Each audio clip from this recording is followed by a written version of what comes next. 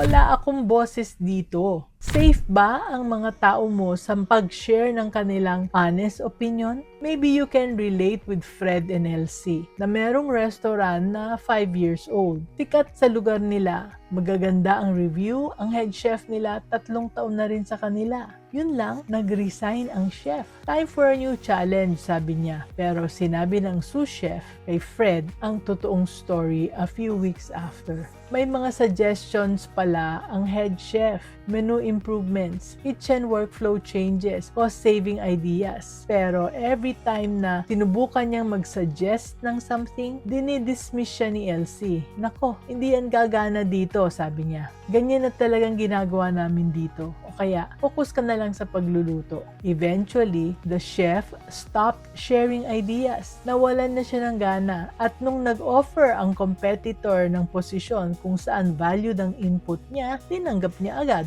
Anak, smart and talented people have ideas. They see problems which you don't see. And they may have solutions na hindi mo naiisip. Pero kung parating sinasara mo sila, matututo silang tumahimik na lang. At kapag tumigil na silang mag-care, mag-uumpisa na silang umalis. The lesson, when employees stop sharing ideas, they've already checked out mentally. And yung resignation nila is just the final step. Ang saklap, di ba? So, don't let that happen to you, ha? Let's always remember, maging business-minded Pinoy tayo.